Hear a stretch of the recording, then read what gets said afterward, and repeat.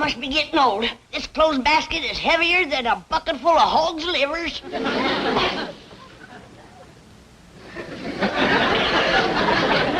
Don't touch it. It's haunted. I bet you little Jasper crawled in there to get warm. Who in tarnation is little Jasper?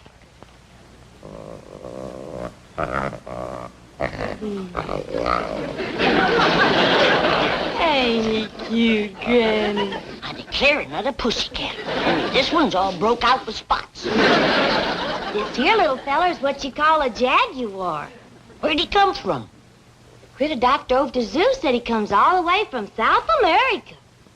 Down Louisiana way. Nice country. Bring you home to wing. He says, I got away with the critters. Well, you better get away with this one before your pa sees it. He's getting a craw full of you dragging home them critters. Where is Pa? Out front, soling shoes. Come on, little Jasper. I better hide you, baby.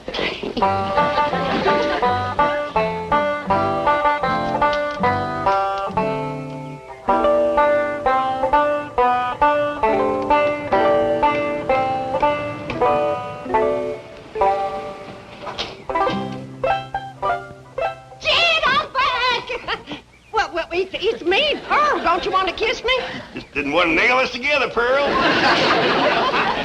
My doggies, it's good to see you. It's good to be here. I thought I heard Pearl's voice. You did, You old rascal, you surprised us. How are things back home? Fine as frog's hair. Why didn't you let us know you was coming? We'd met you at the airport. Oh, Daddy spoiled the surprise. Besides, I didn't want to take Jethro out of school. And Mr. Drysdale offered his limousine and livered chauffeur. Thanks a heap.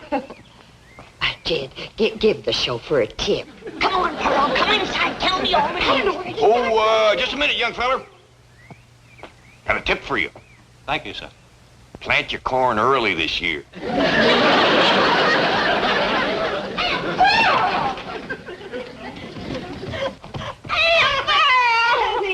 It's good to see you. Well, tell us all about DouglasIrene getting married. Did you have a big fancy wedding in your parlor? Sure she did. Pearl's been planning that for years. It didn't quite come off the way I planned it. What happened? You know, I had DouglasIrene all set to marry Albert Ledbetter, that tall spring bean of undertaker over to Ripley. Good, steady fella, Al. Best undertaker in the whole county. Only undertaker in the county. Nice feller, too. Oh, Granny, I wish you could have seen the way he decorated my parlor. Well, you couldn't walk for the flowers. They weren't all strictly fresh, mind you, and some of them still had the black ribbons on them. Oh, flowers is flowers. Al never was one to waste nothing. Well, what happened, Aunt Pearl? Didn't Cousin DouglasIrene marry up with Undertaker? Stood him up, eloped with another man. There goes my free funeral. Well, tell me, Pearl, who'd DouglasIrene elope with? That drummer from Joplin, Jasper Depew. Why, he weren't no more than half her size. I reckon love ain't measured by a yardstick, Granny. And they do look happy. Sent me a snapshot from Turnersville. How'd old Al Ledbetter take it, Pearl? DouglasIrene stand him up like that. Took it right nasty, Jed. He backed his hearse up to the door and hauled away every single flower. Where did he take him? Straight over to Elverna Bradshaw's parlor. He up and married her daughter before them flowers could wilt. Al never was one to waste nothing. Jed, I gotta have... Hello, son. Ma! Come and see. Jed, don't put me down. Jethro, what are you doing home from school in the middle of the morning? Did you hear your ma was coming home? No, Uncle Jed. They just found out over at school that I ain't got no certificate of health. What's that? That's something that says that I'm healthy. I'm say you're healthy. Now go on back to school. I gotta have an examination first, Granny. Stick out your tongue. You're healthy. Get back to school. Granny, I reckon he's got to be examined by a doctor. I've been doctoring better than 60 years. It's gotta be a doctor that's what they call a MD. What does that stand for? Mr. Doctor, I reckon. Well, I'm a MD. Mrs. Doctor. Granny, maybe he ought to do like the school says, City doctors. Trouble is, we don't know no doctors. Well, I know the critter doctor over to the zoo. Jethro's a human being, Ellie Mae. Thank you, Ma. Well, we asked Miss Drysdale. I hear tell she's been to every doctor in Beverly Hills.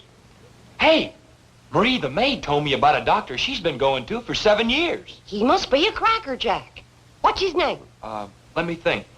It commences with D. I got it! Dr. Twombly. Twombly don't commence with a D. Well, doctor does. Jethro, you go on upstairs and take a bath and put on some clean underwear and get over and see him. Okay, Ma. I sure hope Dr. Twombly don't examine his brains. Analysis is progressing most satisfactorily. Tomorrow, same time. Yes. Well, thank you, Dr. Twombly. And don't worry about the regression into infancy syndrome. You'll overcome this desire to be a baby again. Yes, sir. Thank you, Doctor.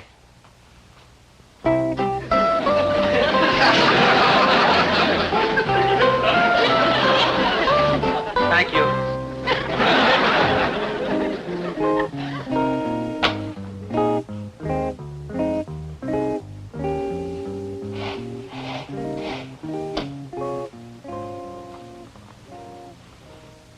And you thought you had some beauties, Dr. Freud.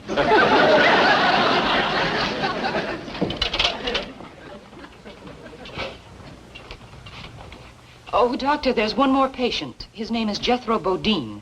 This is my golf day. You know I don't take patients after 11 o'clock. He was referred by Mrs. Drysdale. Oh, all right. Call Dr. Black and tell him I'll meet him on the golf course at 12:15. Yes, Doctor.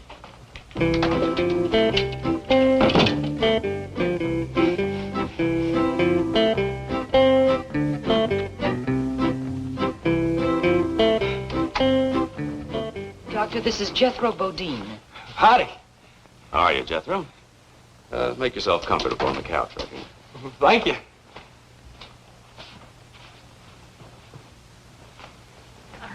Well, would you like to tell me all about yourself and why you're here? Well, why I'm here is that I can't go to school till I get examined by you. I see. Just lie back and relax. Well, thank you. Now, suppose you tell me about this problem you're having at school.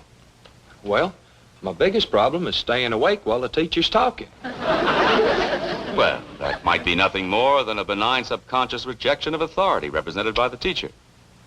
It doesn't mean that you necessarily lack interest or capability or intelligence. Above all, you mustn't let this cause you any distress. Together, we will probe into the underlying causations and...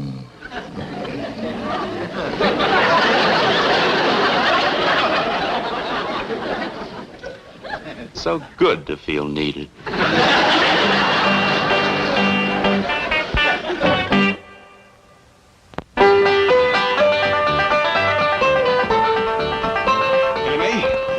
Little critter just scared the living daylights out of your Aunt Pearl. Now, something tells me it just might be yours. I'm awful sorry, Paul. I plumb forgot I hid him in Aunt Pearl's dresser drawer.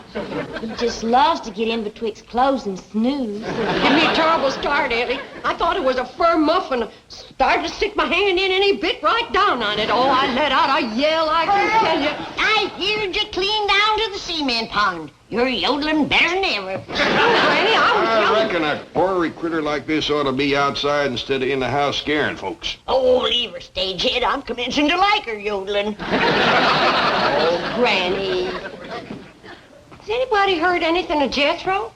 He's been at that doctor for a good spell now. Ah, rest easy, Pearl. There's a lot of boy that examine. Now, Jethro, during your few waking moments, you have managed to tell me that your mother's a widow. Oh, yes, sir. I'd like you to tell me all about your mother. I'm very interested in her. Don't blame you. She's pretty. That's fine. Now then, Jethro, what's your relationship to your mother? I'm her son. Yes, I know that.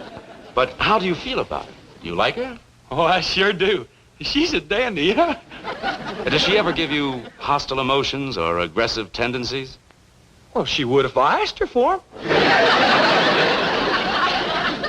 Yes, well, suppose we talk about your father. Do you remember him? Oh, yes, sir. Well, he used to take me hunting. Taught me how to shoot with a rifle when I was just a little feller. Oh, you were good buddies when he was alive. Oh, yes, sir. Did you miss him? I never shot at him. Well, suppose you tell me about the rest of your family.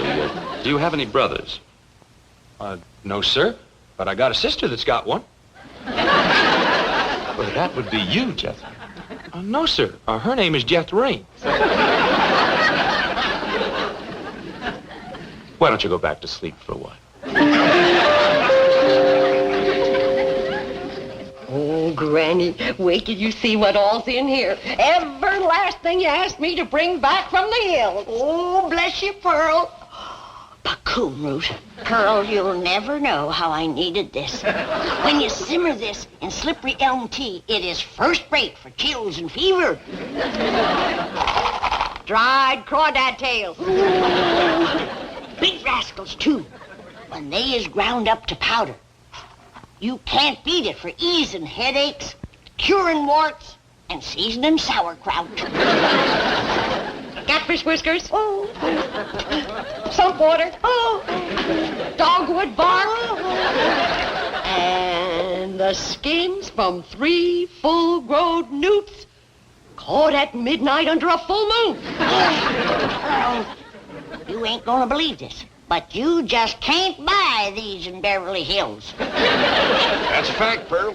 Jethro drove me up to 5 big department stores out here, and not one of them had a newt skin. When it comes to charms and potions, you might just as well not commence unless you got the midnight moonlight caught, fully grown newt. Pearl, did you do all this gathering yourself? Oh, no, not yet. I had company, especially for the midnight moonlight newt hunt. Anybody I know? Oh, 3 of the most marriageable men in the hills. That'd be Jack Cantrell, Widower Lloyd, and Old Man Casey. Oh, he ain't so old. I declare, I had to watch out more for him than the newts. I'm surprised you didn't get married while you was back home, Pearl. I had plenty of chances, Granny, but I got sport living out here.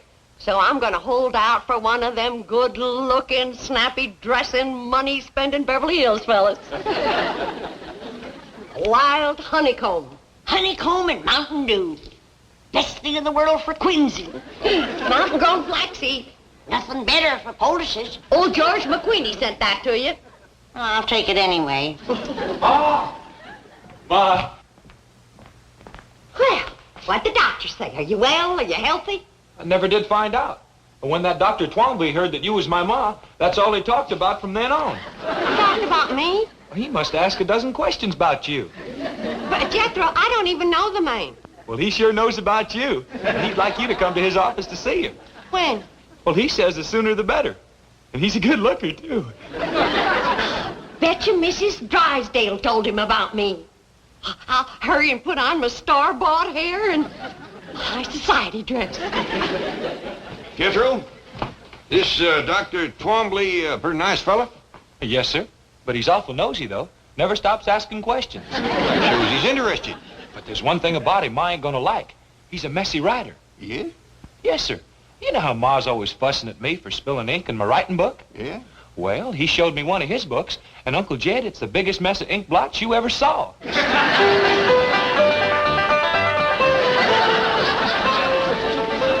Doggy Pearl, you're prettier than sun up on a Monday morning.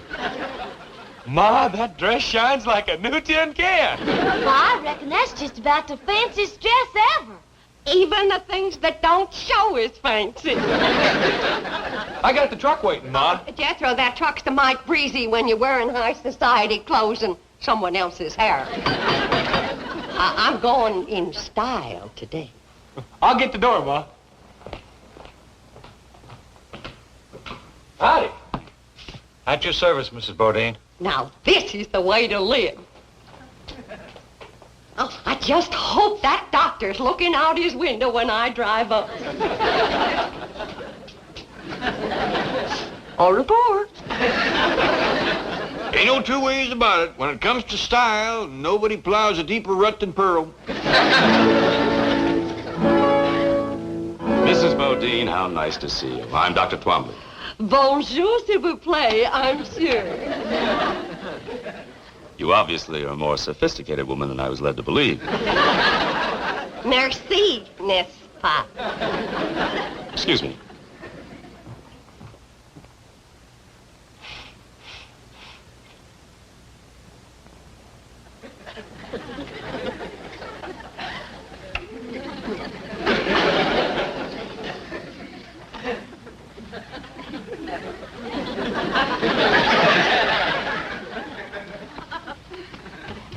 Now, step over to the couch and make yourself comfortable. Oh, sit down. Sit down. Relax.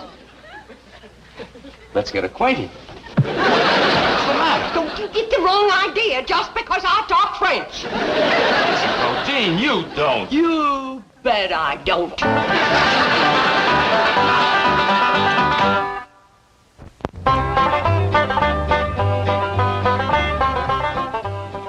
Here you are, Doctor. And I postponed your golf date until 3. Thank you. Dr. Twombly? Yes, but I'm busy right now. I'm sorry, you cannot see the doctor without an appointment. I wouldn't count on that, ma'am. It might be a good idea for you to leave the room. Who are you? Name's Jed Clampett, blood cousin to Pearl Bodine. Good. It's all right, nurse. Mr. Clampett, I'm glad to see you. Before I shake your hand, maybe I better speak my piece. By all means. Sit down. I'd rather stay on, thanks, and I'll get right to the point. Back where I come from, we don't take kindly to anybody trifling with our female kinfolks. But, Mr. Clampett, I take into account that this is a big city and your ways are probably different than ours. When my cousin Pearl tells me she hadn't no more than said howdy, and you commence pulling her to the settee. By doggies, that's dropping a rusty bucket down my well. Mr. Clampett, you don't understand. I do this every day. I'm a psychiatrist. Well, I'd try to get cured of it if I was you. Unless you're liable to wind up bad hurt. Let me explain and apologize for the mistaken impression. You can come out the house, explain to Granny, and apologize to Pearl. I'd love to come to your house. I want to meet every member of your family. Well, that'll be fine. But keep a tight hold on your feelings. I reckon Cousin Pearl can look after herself, but I got a daughter, Ellie Mae, and I catch you making one move in her direction, you're going to find yourself weighing about 3 bullets heavier. Pearl, drink this sassafras tea. I bolstered it up with a little Mountain Dew. Calm you down. Thank you, Granny. Pearl, I wish you'd wear this thing or put it away. I keep thinking it's one of Ellie's critters. A bit ago, I tried to feed it a saucer of milk.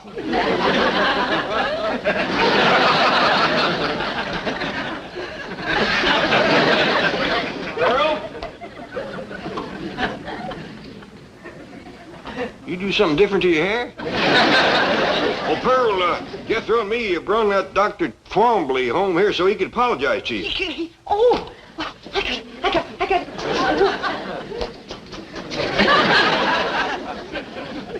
No mirror in here. I hope you didn't whoop him to where he's no good for shooting. Nobody gonna shoot nobody, Granny. That's why I come in here first. You whooped him too bad, huh? And whoop him at all. How come? Poor fella's so sickly, he gotta have a nurse handy all the time. Jethro, bring him on in here.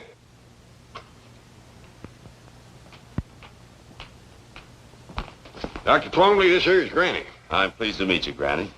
He don't look too sickly to whoop. You want me to whoop him, Granny? You go look for some chores. What, for instance? Put some air in the truck tire. They won't hold no more air, Uncle Jed. Well, then let some out and then put some in. I never get to do anything I want to do. Somebody's always saying, do this, do that, put air in, take air out. I don't know. Granny, where's Ellie? She's out back running a new Jaguar around the yard. Well, I'll go fetch her. I reckon you'll be safe with him. Doctor. Thank you.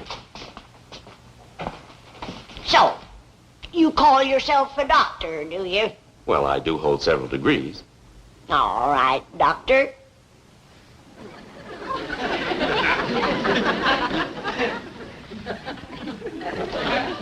How do you cure warts? Warts? Yeah, warts. Well, dermatology isn't my field, but I assume electrodesiccation is still the preferred method. Oh, is there a newer method? Stump water and lye, mixed with ground up crawdad tails, daubed on with the leg bone of a buzzard, just before the moon comes up. Think you can remember that? Well, I'll try.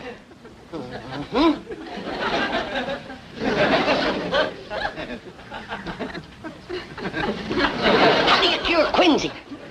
Quinsy?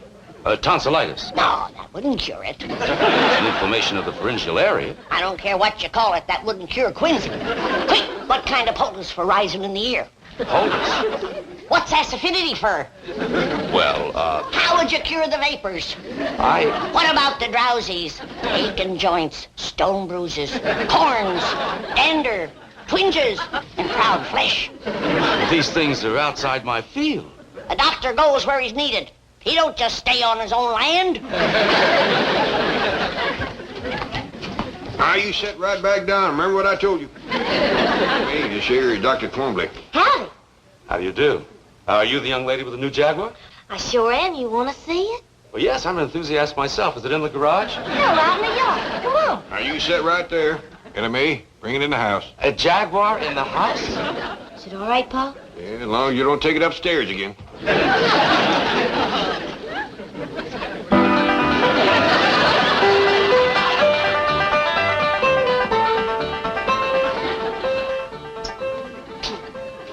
Bonjour again, Doctor. Oh, Mrs. Bodine, I am so sorry my actions in the office were misconstrued.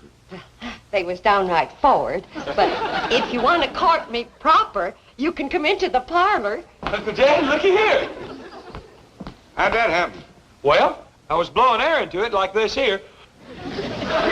When all of a sudden, pow! Jethro, I told you and I told you, use the pump. You always bust the tires when you blow them up by mouth. Okay, Ma. Hey, is he going to be my new daddy? Me? I reckon that's up to him, Jethro. We do have a nice parlor for proper courting. Watch out, Pearl. Here comes Ellie and her Jaguar. Oh, goodbye, folks. It's been weird. Doctor, wait. We got a big couch in the parlor. As I suggest you get on it, all of you. I'll send someone over. Well, Balda, he run out on me. Hey, Ma, you want me to catch him and tote him back? Let him go. Let him go. But, Granny, it might be my only chance to get a Beverly Hills doctor. Doctor my foot. Unless Ellie brings home a 6-foot duck, you ain't never gonna run into a bigger quack.